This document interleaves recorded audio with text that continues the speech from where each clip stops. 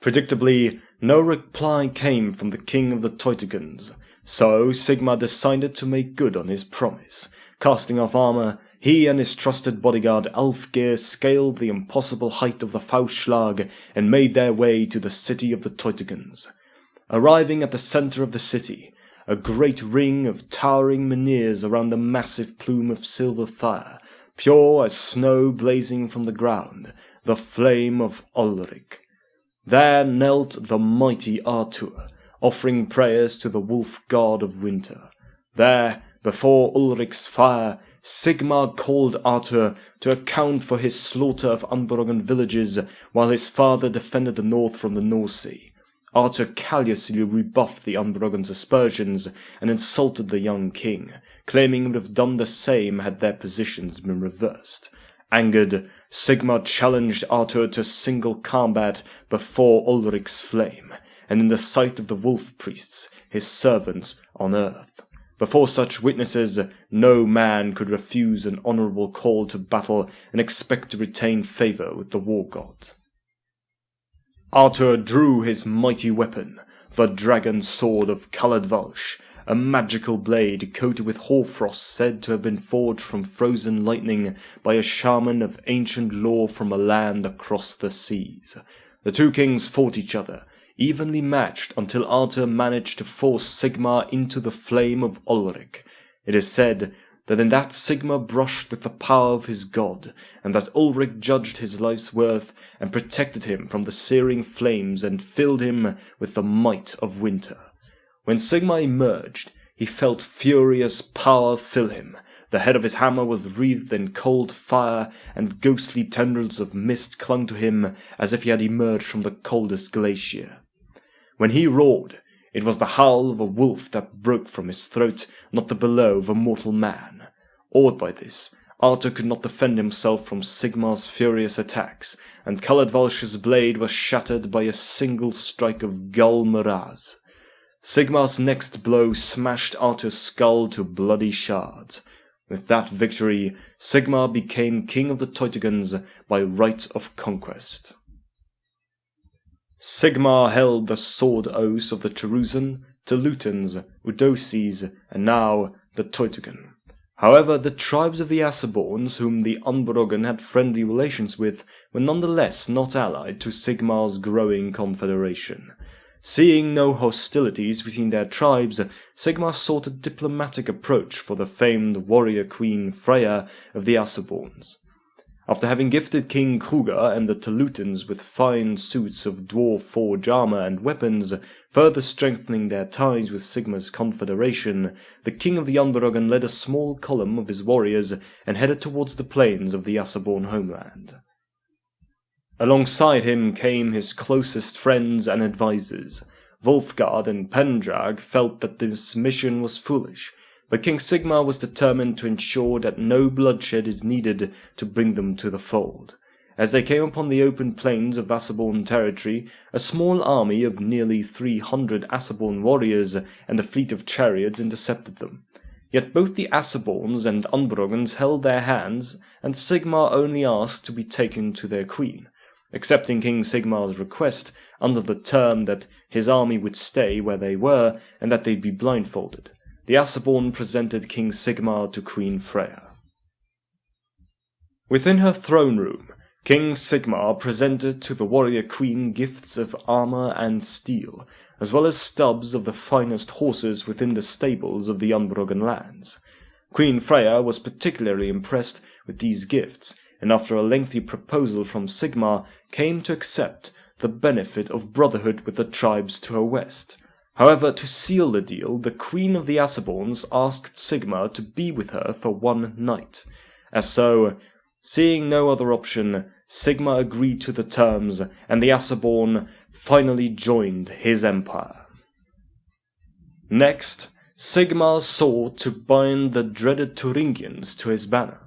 The Berserkers were a proud, warlike people, fiercely independent and unwilling to bend their knee to any king who had not earned their obedience through combat. Though Sigmar had exhausted every diplomatic avenue open to him, the Thuringians remained obstinate and bent on bringing the empire to battle. Though all knew that the battle was merely a formality, as King Otwin could not maintain power over such a warlike race without fighting for independence to the last, it still sat ill with Sigmar that he had to spill the blood of his people. The imperial armies faced the Thuringians in their homeland of the Drakvald, their howling audible even at the very threshold of their lands. At these sounds, the Emperor's warriors made the sign of the horns, for such was the terror inspired by the roars of the berserkers. Though they fought with savage bravery eclipsed only by the Norsi, the outcome of this battle was never in doubt. The Thuringian berserkers were outmatched 2-1 by Sigmar's armies, and the Emperor had never tasted defeat. In the battle, Sigmar faced the fearsome Ulfdar, who would later become a famed heroine of the Battle of Blackfire Pass, and defeated her. More importantly, he clashed with King Otwin as their respective retinues came blade to blade with each other on the field. The Berserker King was the first to issue a challenge, bellowing a cry of blood and honor, daring Sigmar to fight him. In full view of his warriors, Sigmar raised Galmaraz in acceptance of the challenge. The two kings faced each other in a clash of fire and steel. The mighty axe of the Thuringian kings matched against the ancient warhammer of the mountain folk. Sigmar drove Otwin to his knees, and with his two hands choked the berserker fury from him until he became lucid. With his hands still on Otwin's throat, Sigmar offered the Thuringian a choice. Either offer up his sword oath and join Sigmar's company of warriors, and together they would forge the empire that would hold back the darkness, or he would make a charnel house of the Drakvald for the Thuringian people. King Otwin laughed aloud at this proposal, his honour satisfied by the battle, then accepted Sigmar's offer of brotherhood, and remarked that the Unberogen was a man with whom to walk the road to Ulric's halls. With that, King Otwin and his fearsome people pledged allegiance to the empire. To the southeast of the Unberogen lands lay the territories of the Burgundians, in what is now Avoland. The Burgundians at the time remained aloof from the affairs of the Unberogans, but boasted great trade with their neighbours. In time they grew affluent, and Sigmar's advisers warned that this burgeoning power may in time prove a great threat to his own lands, for no treaty kept the two tribes at accord. He called his advisers and friends to his side, Eoforth, Elfgeir, Wulfgard, and Pendrag, and asked for their wisdom. Some spoke of taking a great army to defeat the Burgundians, others spoke of assassinating King Sigurd and his sons. Sigmar knew, however, that the Burgundians could not be brought to the empire through violence or coercion, and nor did he wish such, for he did not wish to be known as a tyrant, for the works of tyrants are often destroyed by those they subjugate. Instead, Sigmar said he would ride to Sigurdheim himself and forge a treaty with the folk there. Through forests and rolling plains he travelled to the prosperous lands of the Burgundians, bordering the threatening eastern peaks that were the domain of greenskins, and his admiration for the hardy Burgundians grew with every moment he spent there. The great city of the Burgundians rested proudly upon a rocky hill, surrounded by a stout stone wall. He entered the great hall of King Sigurd, a far cry from the fire-lit austerity of his own hall in Reichdorf. King Sigmar was received politely, yet guardedly, and was asked to state his business.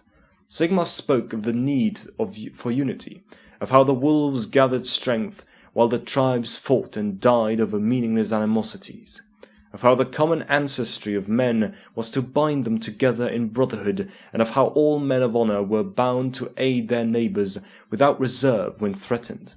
This, he said, was the foundation of the empire he strove for. King Sigurd was a wily man, who used words to weave a net around others. Hearing Sigmar's lofty ideals, he decided to test the king's commitment to the brotherhood he spoke of, and charged Sigmar to deliver his people from an ancient evil, a dragon ogre, a beast of elder days that had destroyed entire cities of the Burgundian territories unimpeded, for no force the southeastern tribe could bring to bear could defeat it. The great city of Kreilheim had already been left smashed and burning by the beast. Sigmar took it upon himself to kill the dragon ogre, and scale the daunting mountains where it made its dwelling, and brought it to battle. The creature was a thing of flesh and blood, yet it was mightier and older than even the ancient mountains it claimed as its abode. In an epic battle where hammer and axe clashed and rent apart the stone of the peaks, Sigmar found purchase upon his enemy's skull and smote Skaranorak with a single strike of Galmaraz, destroying the beast once and for all, and proving his strength before Ulrich. Though victorious, Sigmar's heart wept for the death of so mighty an adversary. In its honor, Sigmar skinned the beast and fashioned a magnificent cloak from its hide, able to turn aside a blade as well as any armor of iron. Sigmar returned to Sigurdheim with the skull of the dragon ogre as proof of his mighty deed. King Sigurd was moved by this, as he was when Sigmar pledged to deliver the Burgundians without reservation. The Burgundian king had thought that Sigmar had sought merely to enslave the men of the Reich with high ideals, but realized his error when he beheld Sigmar's selflessness. He confessed his duplicity to Sigmar and spoke of how tortured he was by the base deception he had played out. Sigmar easily forgave Sigurd then and there, and the Burgundian pledged himself without rancor to the greater king, offering Sigmar his sword oaths and those of the Merogans and Menogoths, whose kings owed fealty to the Burgundians. In one fell swoop, all the southern tribes had now joined the empire. The period following the unification of the majority of the tribes was one of respite for the emperor, and he turned his attention towards the development of infrastructure. Soon, the armies of the empire were even better trained and equipped. New roads were created between the tribal settlements, new ore deposits were found, and fortresses were built to safeguard the borders of the burgeoning dominion. As ever, the greenskins sought to put it aflame, for a horde of the creatures had poured down from the peaks and raided the territories of the Ostrogoths to the northeast. As was their way, no plunder had been gathered from the conquered lands of the Ostrogoths, nor had any prisoners been taken. The greenskins had simply slaughtered an entire race for the sheer love of the deed. In desperation, King Adelhard sent an emissary, known as Galin Vaniva, to Sigmar, now the most powerful king in the land, and offered him his fealty in exchange for aid against the orcs, offering Sigmar Ostvarath, the ancient blade of the Ostrogoth kings, as tribute. Sigmar, seeing a chance to complete his unification of the Reich Bassin, agreed to aid the northeastern tribe, and refused to take Ostvarath, stating that King Adelhard would have need of the blade of his fathers in the coming days. Sigmar called upon the sword oaths of his brother kings, and marshalled an army to defeat the coming greenskins at the rivers Ava and Ster. For 2 years the imperial army fought the orcs, but the true bulk of the horde was held back by the empire's doughty allies, the dwarfs. The High King's warriors had held back advancing greenskin tribes from pushing further into Adelhard's lands, though eventually the dwarf army was forced to pull back to defend their own mountain cities. The time bought by the sting of their axes had not been wasted, however, as it allowed King Adelhard to link his armies with Cherusans, Telutans, and Assaborns and Unbrogan White Wolves, and smash the orcs at Black Road, driving them back to the mountains. This allowed time for Sigmar to march north with a muster of 50,000 and call on the aid of his old ally, King Kurgan Ironbeard. The orcs were delivered a conclusive defeat at the banks of the river Avar itself, when the greenskin horde was crushed between the human and dwarf armies. The greenskin army fled from the Ostrogoth lands, and back over Blackfire Pass. This, however, would only serve as the storm before the hurricane. For a time, the lands of Sigmar enjoyed peace.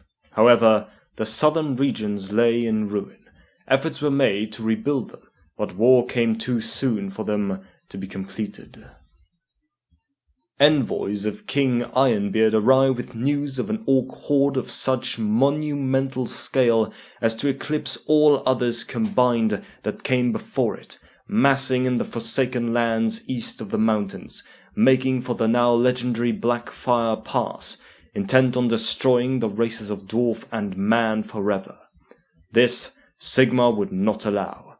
He summoned all his brother kings to the golden hall of King Sigurd, as the Burgundian lands lay adjacent to the pass, to a grand meeting now known as the Council of 11, known as such due to the fact that the Teutones and Bretonii were not represented, as they had refused to come to Sigmar's aid. There, the kings conferred of how they would face this apocalyptic threat.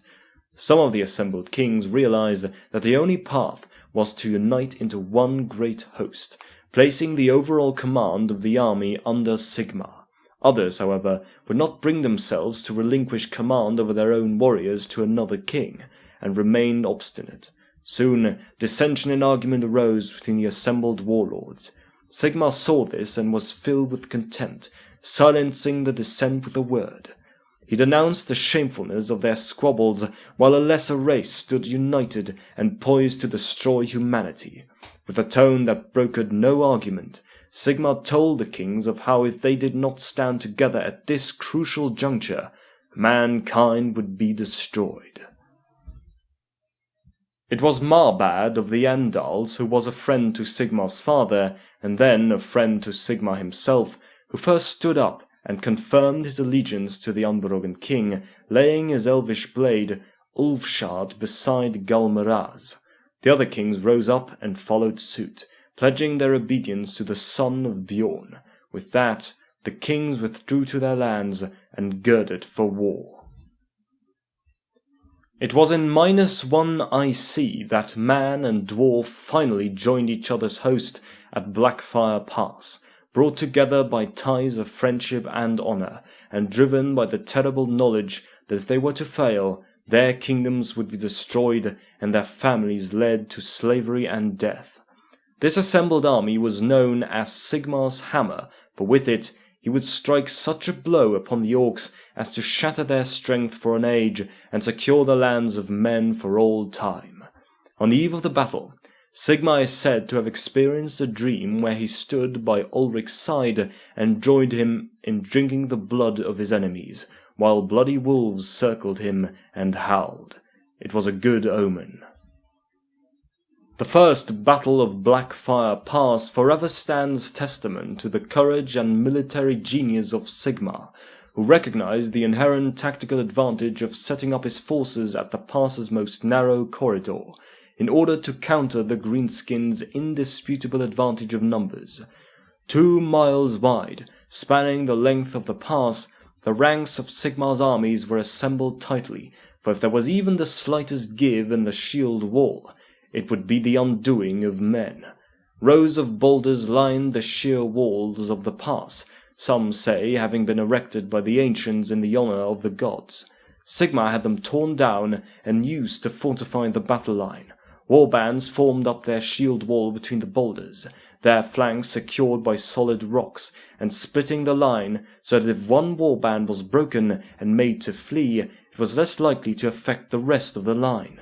It also reduced the frontage of Sigmar's army, ensuring the orcs could not bring their numerical superiority to pay as well as they liked.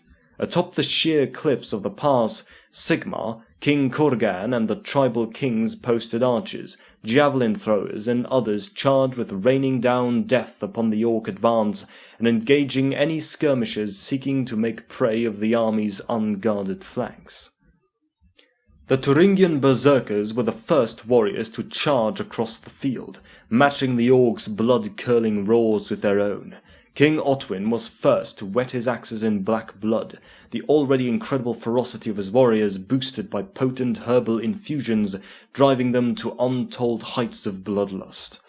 The Thuringians reaped a hefty toll of orc skulls, and their assault proved effective enough to cause the orc line to waver, and the Thuringian flying wedge had torn its way deep into the enemy's heart. Queen Freya and her Asaborns were the second to engage the orcs.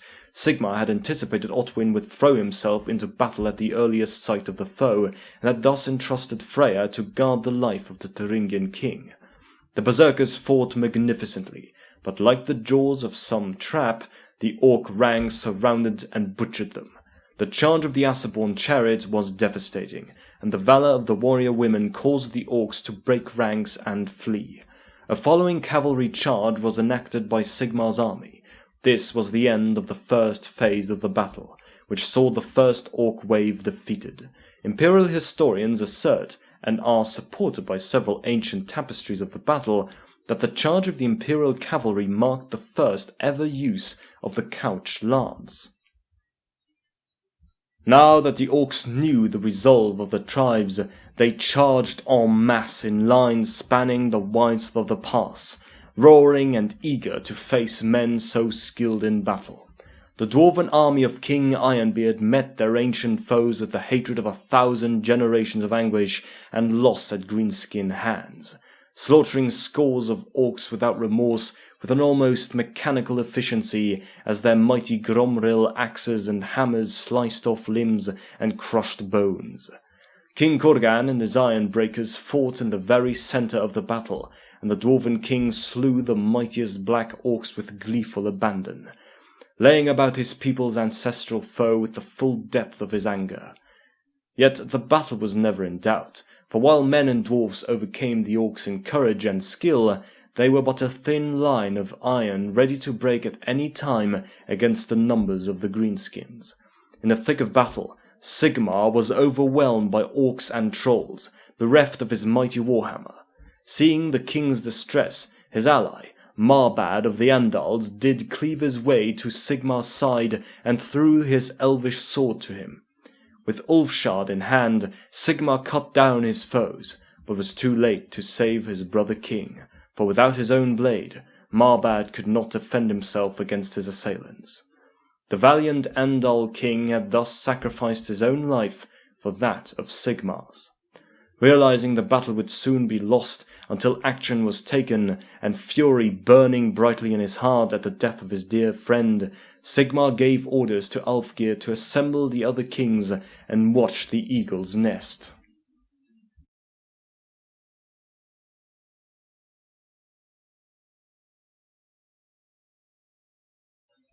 All men watched in awe as Sigmar leapt from the high rock, his warhammer raised high. All who saw it knew the sight would stay with them forever, as Sigmar fell towards the orcs with a bestial roar, like a hero of the ancient sagas. The king of the Unbrogan slaughtered all about him, each blow delivered with a howl of rage, animal to the core. He killed and killed without thought, seeing before him only the enemies of his race and the desolation of the blasted east encroaching upon the peace and plenty of the west. Who can say whether this unmatched show of arms was a means of inspiring the army to victory, or whether Sigmar truly intended to defeat the orcish horde single-handed? All that matters is that here he is where the tide turned, as Sigmar utterly destroyed every orc he beheld, Galmeraz filling him with hate, his fury armouring him in thunder, and mighty Ulrich pouring lightning into his veins. 100 orcs were dead around him, their circle breaking as they scrambled away in utter fear of this blooded, crazed human more ferocious than any of them. Seeing this great warrior press through the orc ranks, the vile warlord of this host, Urglak Bloodfang, tore through his own warriors to test his strength in honourable combat against this strange human king. Descending upon his great wyvern, the orc brought his axe to bear against Galmeraz, but the master of the empire smote his winged beast and forced the brutish warlord to face him as an equal. After a long, brutal contest of strength, Sigmar disarmed Bloodfang and brought the ancestral warhammer of the dwarf kings down upon his head, destroying his skull utterly. Tired and spent from the battle, Sigmar saw the orcish warriors stare at him, first with awe at his victory, and then with predatory looks as they gathered around to finish what their master had started. His hammer now slipped from his grasp, and with no other weapon at hand, Sigmar could not defend himself. A white-shafted arrow punched through the visor of one orc, and then another followed until a flurry of arrows thudded into the orc ranks, followed by roars of triumph. The rest of the army had broken through, and the warriors of the Empire charged forth to protect their leader. Asaborn warrior women shrieked as they tore the orcs to pieces alongside Unbrogan, Teutogan, Cherusans, Andals, Merogans, and Menogos. Thuringian berserkers rushed headlong into the deteriorating orc lines and slaughtered like madmen, with Thudosi's clansmen not far behind. With their warlord dead, the terrible and awesome will binding the fractious orc tribes together was destroyed, and they could not mount an adequate defense against this onslaught. Old jealousies and rivalries erupted, and the orcs turned upon each other even as they routed, slaying each other in order to speed their personal retreat from the jaws of death. Within moments, the once indomitable orc army was little more than a panicked, fleeing mob. With the defeat of the orcs at Blackfire Pass, the security of the lands of the 12 tribes was assured. King Marbad was afforded the funeral rites of the greatest heroes, for such he deserved, and was carried on to his pyre by his fellow kings and his heir. Not only was the race of men saved, but so was the dwarven domain. In heartfelt gratitude, King Kurgan Ironbeard pledged that he would charge Alaric with the creation of 12 magnificent blades in thanks to the Empire for their shared brotherhood. These blades would later be known as the 12 rune fangs of the Empire, which continue to be wielded by the Counts of the Empire to this day. After the battle, Sigmar's fame spread wide and far, renowned as a hero. Upon the anvil of war and the fires of battle, at last his dream of a united empire had been realized, for men of all tribes had stood together in the battle line as brothers. With the truth of their common enemy now made obvious, the old tribal hatreds had evaporated away, replaced only by iron-hard ties of brotherhood, bathed in blood.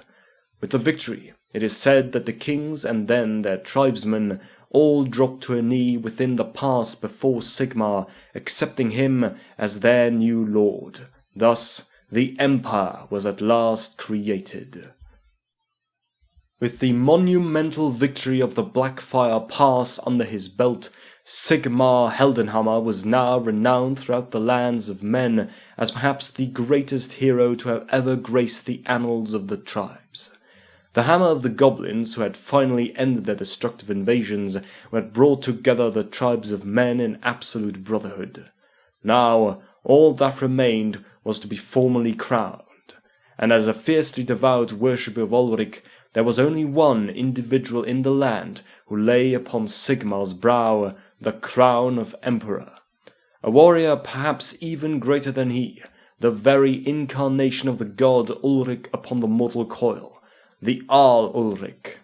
Before the oath stone of Reichdorf, in view of his brother kings, Sigmar knelt before the mighty war priest, showing all his reverence for the Lord of Winter. The Jarl Ulrich saw within Sigmar's soul a thirst for immortal glory, a drive to rival even the mighty deeds of his god. His lust for glory and immortality sat in equality with his devotion to Ulrich, and that this glory would be gained through battle.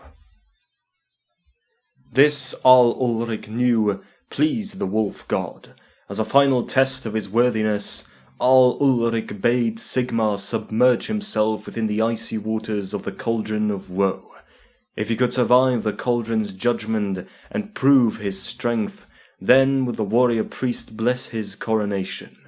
Sigmar descended into the waters, and despite the deathly cold nearly killing him, he emerged from it by sheer strength of will. Satisfied by the king's performance, and requiring no further demonstration, Jarl Ulrich commanded Sigmar to kneel, so that he may place the dwarven crown brought forth from Alaric's forge upon his brow and declare him the supreme master of the empire. Sigmar's first decree was to abolish the old status of king and introduce the station of count. In practice, this decree changed very little. It was primarily a means of reinforcing the subordination of the tribal chieftains to the emperor, but in truth it left the powers of the individual chieftains more or less intact in so far as their ability to govern their own respective peoples, though the emperor of course retained the ability to impose himself on any of their affairs as he saw fit. No single man, Sigmar had decreed, could or should govern a domain as vast as the empire. Instead, any man who sought to rule would do so through the aid and support of his brother kings, who also retained the power to remove the emperor, as well as his appointed heir, from power if it became obvious that the current incumbent was unworthy of command.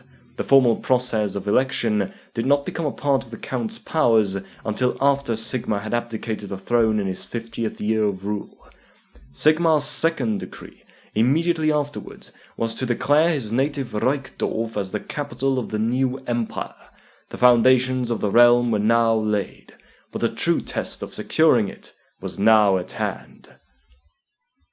Yet it was at the night of his glorious victory celebration that Sigmar spoke to the old hag witch for perhaps the last and final time.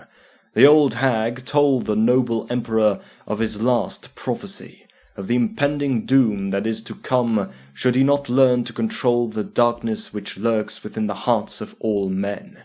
If he fails, then all that was achieved would be in vain, and mankind will once more plunge deeply into the darkness which lurks within their very hearts. In the wars to come, the old hag asked Sigmar to ensure that the warrior eternal must live, lest his death shall spell the beginning of the end. With her prophecy given, Sigmar collapsed onto his bed, sleep dragging him down to its warm embrace. When the emperor next woke, Sigmar made ready to ensure that his empire was secured from the evil which would come upon his realm.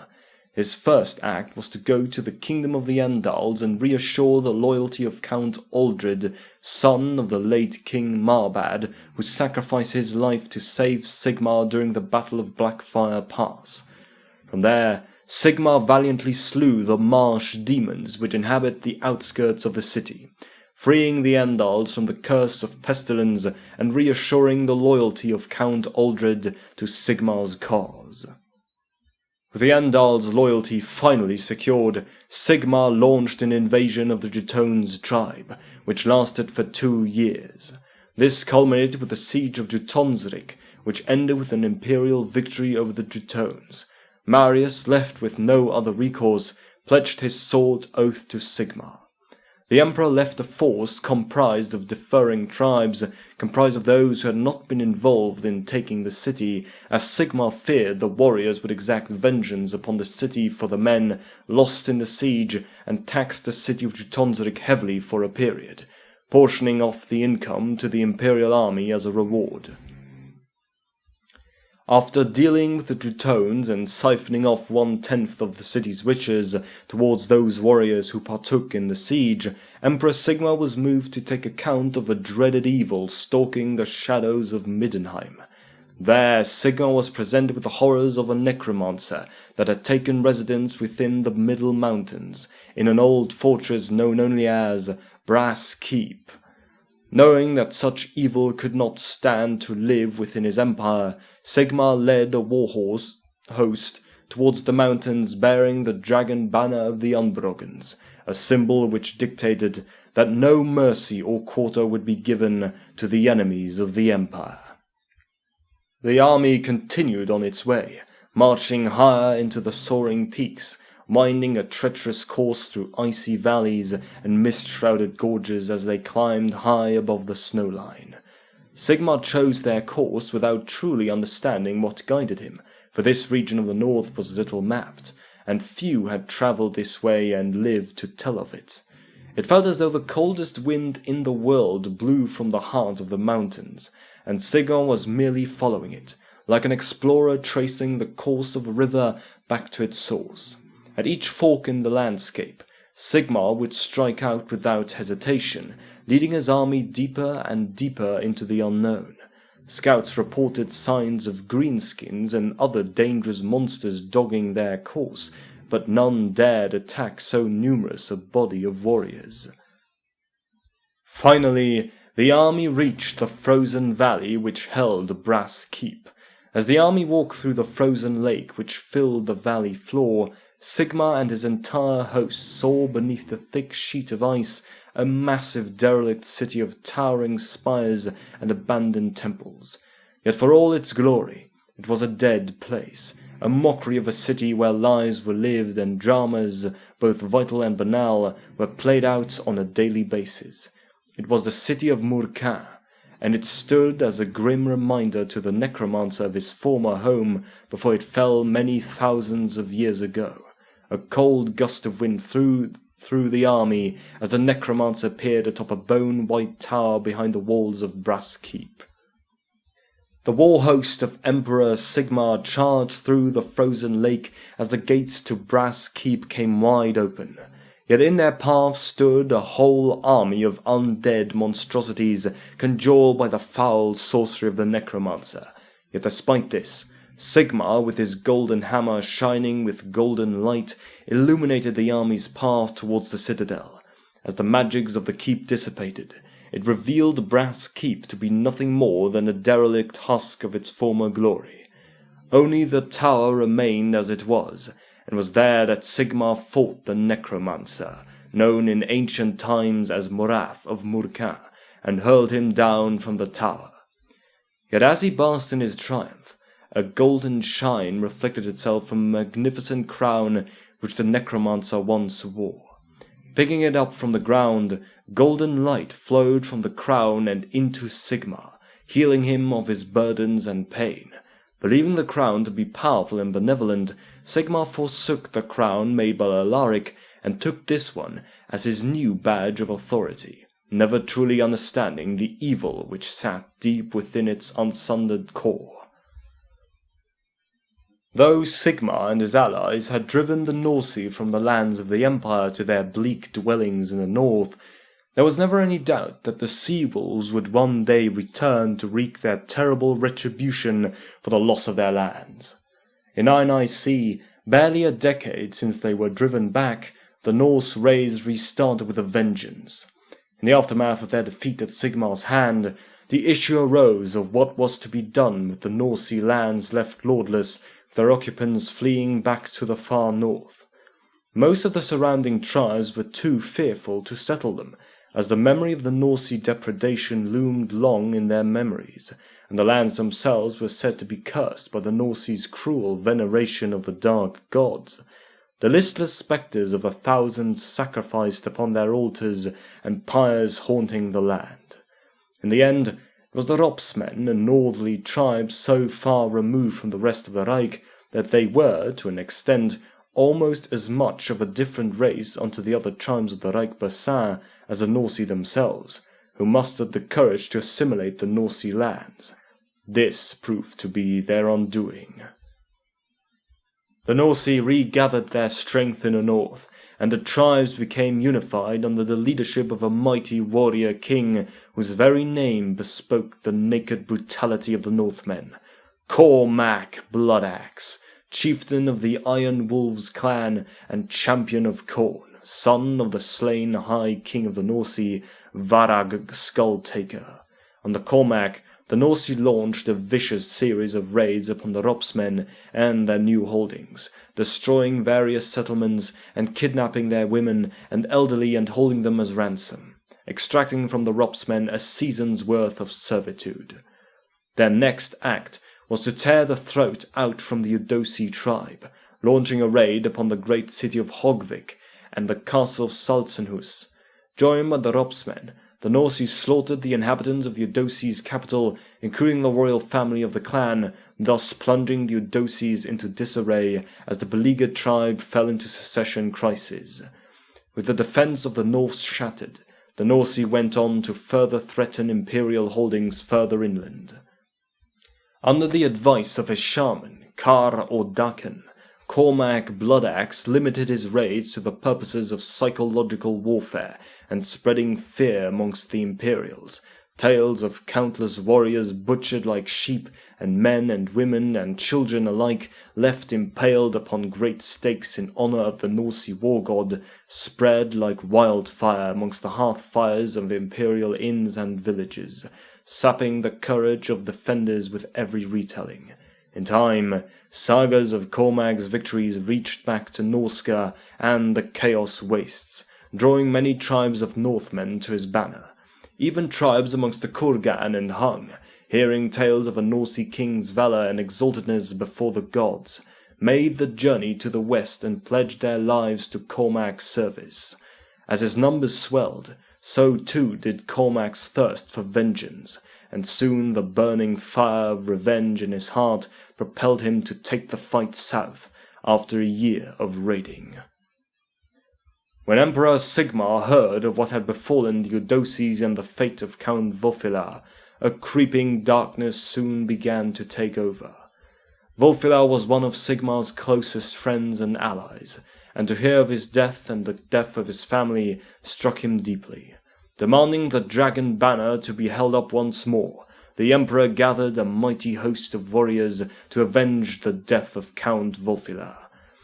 Made most Eudocies, these vengeful clansmen had taken bloodthirsty relish in the war, killing all before them with hearts hungry to avenge the death of the Count and their own people. The stories of his death had been told and retold so often that the truth was lost, and the horror of what the Ropsmen were said to have done grew to ridiculous levels. Marching east, Sigmar put to the torch every single Ropsman settlement he could find, and at the Battle of Roskova, nearly 3,000 Ropsman warriors had been killed on that blasted day, and there had been no mercy for the wounded. Twice more they had brought the scattered Ropsman warrior bands to battle, and each time Sigmar ordered the bloodthirsty banner raised. The slaughter had been terrible, and the screams of the dying and images of burning villages haunted the dreams of those that did not relish in the slaughter. At last, what remained of the Ropsman people huddled in terror on the muddy banks of the river Linsk. 100 Ropsman warriors in iron hauberks and bronze helmets tried to impose some order on their people's flight across the river, but it was a hopeless task. The horror of their tribe's destruction overcame any thought other than escape, and braving the still forming ice was preferable to annihilation at Sigmar's hands. As a portion of the ice gave way, dozens of people were plunged into the sluggish black water. Weighed down with all their worldly possessions, they did not return to the surface. Weeping mothers tried to pull their crying children away from the holds, watching as families drowned in front of their eyes. The sight was a heartbreaking scene to witness, and only Sigmar and the Eudocies seemed to not care. In a span of a few months, less than 1,000 is all that remained of them. Unable to stand idly by any longer, Sigmar's childhood friend Pendrag came to Sigmar and desperately tried to reason with him.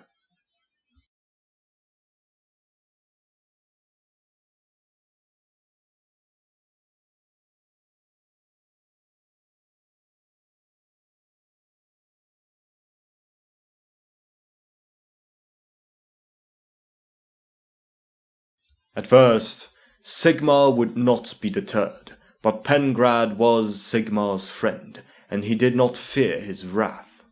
With words, Pendrag told Sigmar what he needed to hear, of what he was doing today was not him, and that he needed to stop this right now.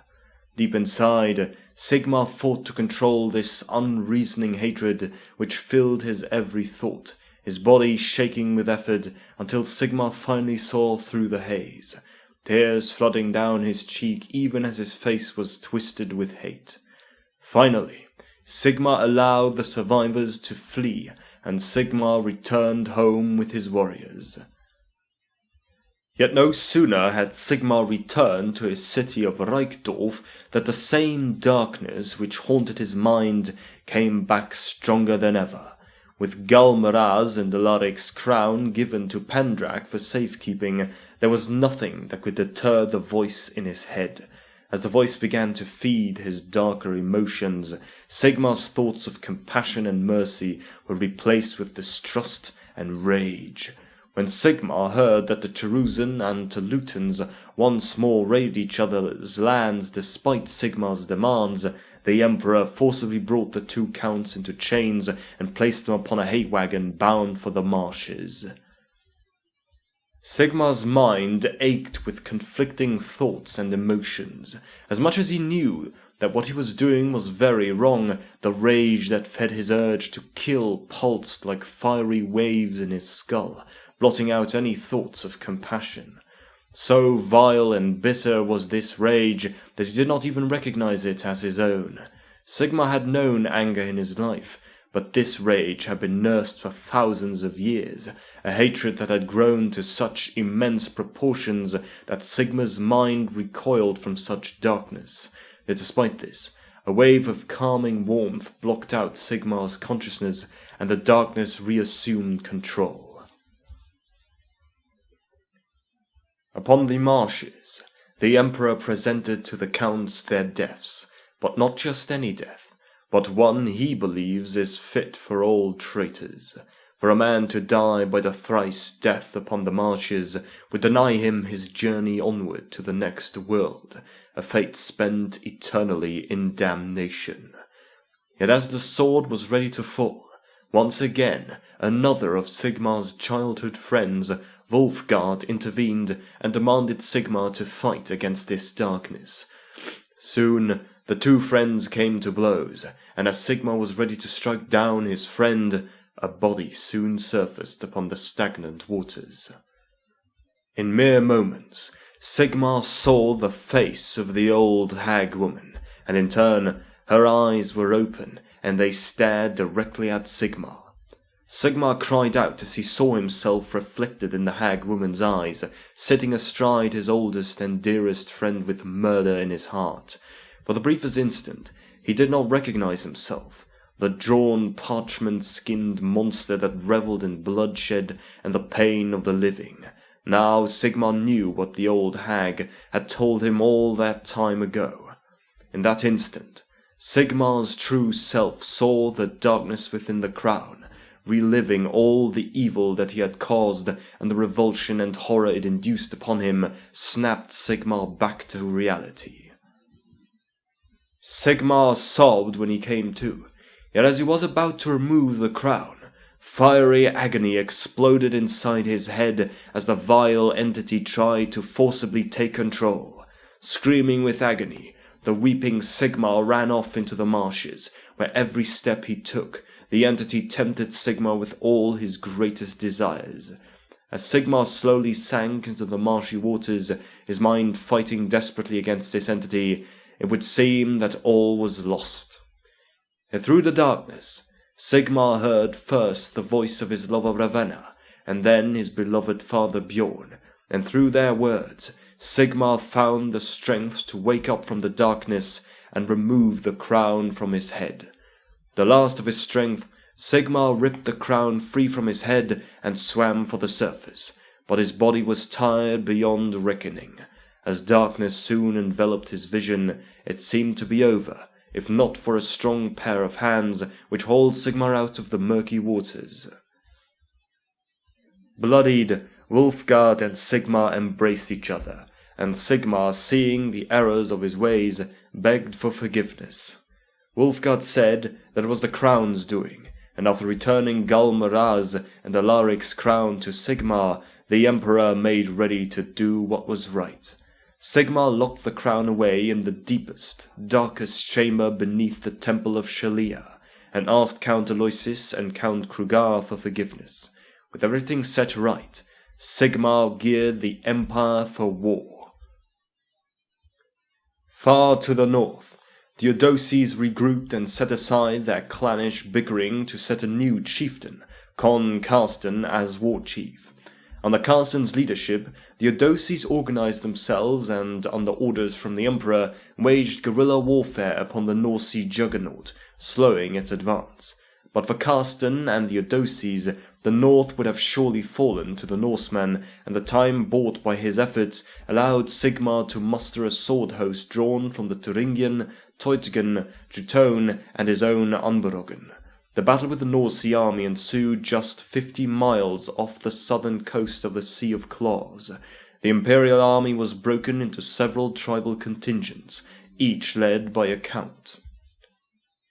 The Imperial army marched into battle under a carefully drawn plan, their courage bolstered by the mythical presence of the Emperor, and tales of blood and glory that each man would boast of in the halls of their tribes already took form in their minds. Little did they know that victory would not come easily, But while the Imperials thought to defeat their ancient adversaries in a single pitched battle, the shaman of the Norse called down lightning from the skies, arcing through the ranks of the White Wolves as the Imperials floundered.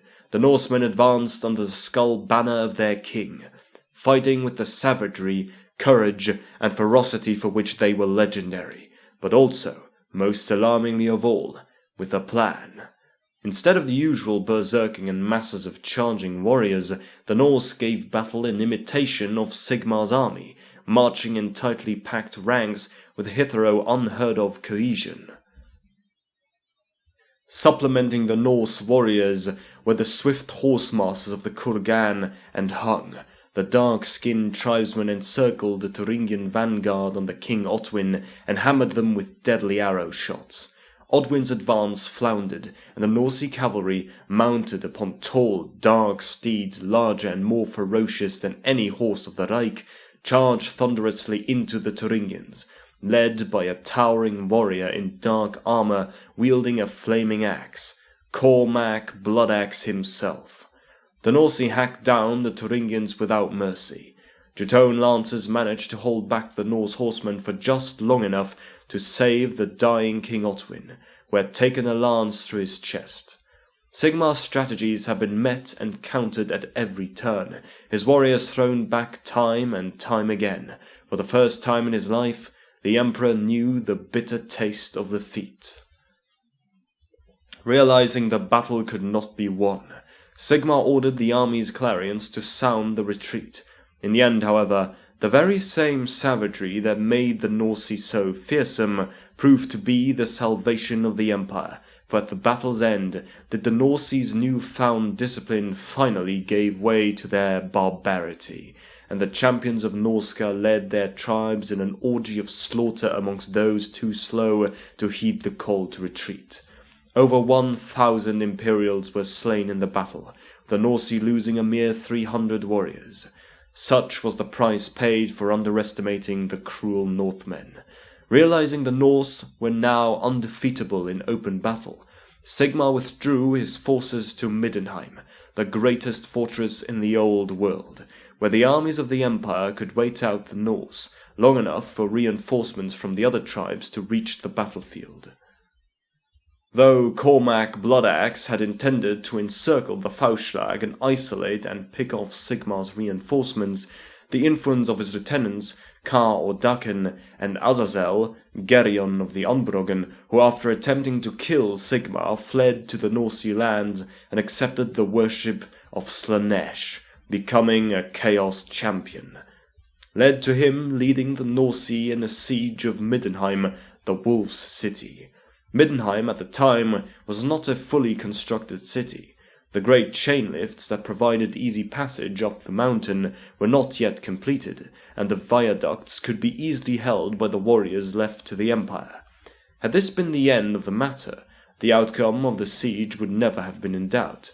Unfortunately, there were other paths into the mountain that were not counted by either man or dwarf.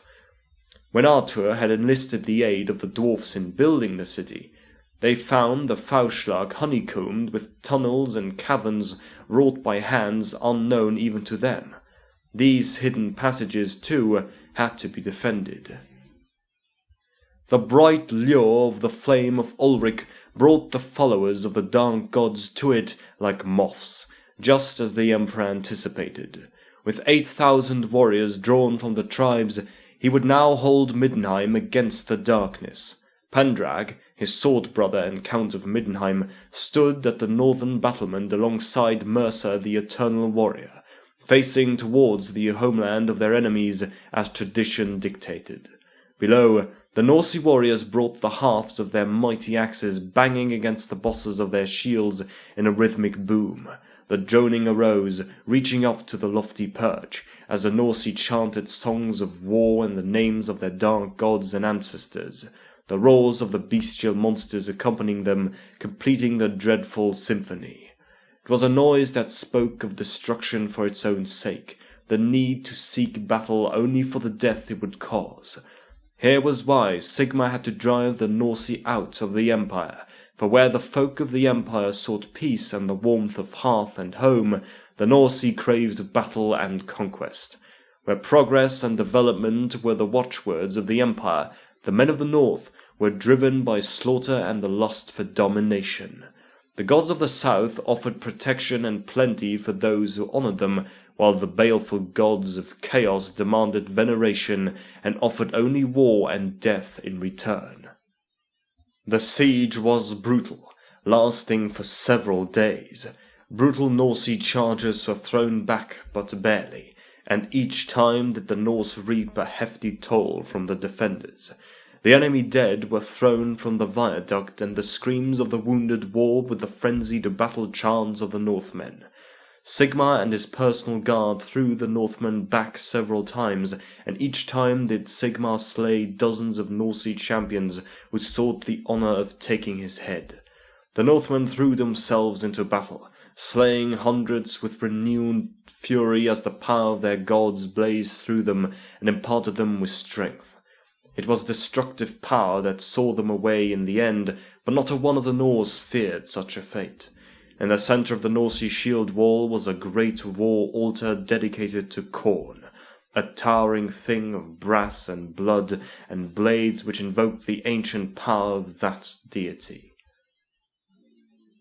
Realizing that the battle could not be won unless this dreadful altar was destroyed, Sigmar fought his way through the Norse ranks, leading a squad of Thuringian berserkers, the vaunted warriors of the King's Blades, Count Otwin's own personal carter. Sigmar then cast down the blasphemous construction with his own hands. Below the city, in the caverns and tunnels, Wulfgard and a number of volunteers held the hidden pathways against the invaders. The Skaven, seeing a chance to eradicate the race of man under the cover of the Norse invasion, attacked those ancient tunnels of their making and assailed the Imperials. However, a contingent of dwarfs under Alaric the Mad relieved the Imperials and held off the tunnels against the Chaos Ratmen, freeing up Wulfgard and his warriors to aid the defense of the city. The Theodosi's and Teutone defenses on the eastern and western side of Middenheim were broken, and the Norse managed to stream into Middenheim, held back only by the disciplined guerrilla tactics of the city's reserve defenders, led by a grizzled veteran of 50 years named Magnus Anders. The first day of the siege was thus concluded. Another 1,000 Imperials were slain holding the city, including 200 Theodosi's. Alaric brought 500 warriors from honorable clans, including hammerers from the personal guard of King Kurgan Ironbeard. However, he also brought with him the first of the Runefangs, which would be known as Bloodbane for its part in the siege. For 12 days the siege continued, with neither side able to gain a lasting victory over the other. Yet the fact that they had held out so long had given the defenders hope that they could overcome these northern madmen. However, the Norse had one final hand to play. Cormac Bloodaxe, who had slain so many in the siege that his blade was so thick with blood it could never be cleansed, stood atop a great altar the Norsemen had erected in honor of Khorne. Cormac knew the work of his god was to be done that day, for he had woken seeing the world in blood. Around him, the greatest warriors of 8 tribes stood and ritualistically slit their throats in honor of Khorne, allowing their blood to pool at the offering site. With this, Khorne saw fit to take Cormac up and reforge him as an avatar of his rage, a demon prince. With Cormac's ascension, the Norsemen fought with brutal fury, their monstrous war cries now even more hideously animalistic than that of the beastkin who fought at their side. Such was their ecstasy for fighting alongside a chosen manifestation of one of their gods. To the Norse, the viaduct was all that mattered now, as they abandoned their efforts to carry the western and eastern battlements. From the edge of the forest, the beasts howled their encouragement as the men of the north fought alone, now to take Middenheim. The ascended Norse king led the charge, smashing apart the walls of the city and hewing apart hundreds with fell sweeps of his flaming axe. It made its way to the flame of Ulrich, where Sigmar stood ready to oppose him. Long did Sigmar and Cormac face each other before the great silver flame, and neither could overpower the other. Meanwhile, Count Pendrag fought the Norsi on the walls, crossing blades with Azazel Geryon. Though Pendrag was a great warrior in his own right, even armed with a rune fang, he could not prevail against the champion of Slaanesh. Though slain by the traitor, Azazel was driven from the walls of Middenheim by the fury of Mercer, King Otwin, and King Marius. With his dying breath, Pendrag made his valediction and passed the mantle of Count to Mercer and offered him the rune fang. With blade in hand, Mercer made his way to the flame of Ulrich and lent his aid to Sigmar, driving the rune fang, now strengthened by the frozen winds blowing at Ulrich's command, into the demon prince while its back was turned. Though the dreadful energy sustaining the demon overcame the sword, the distraction proved enough for Sigmar to imbue his hammer in the flame and scale to the monster's head, bringing the wrath of Gal Maraz down upon it. The demon lord screamed in anguish as the sky was rent asunder and was thrown back to the realm of chaos in a tempest of winter storms. With this act, the fate of the Northmen was finally sealed, and the Empire once more pushed back the darkness from their lands. The victory of Middenheim was an epic triumph to behold. Tens of thousands of warriors littered the battlefield and causeways of the grand fortress city from horizon to horizon.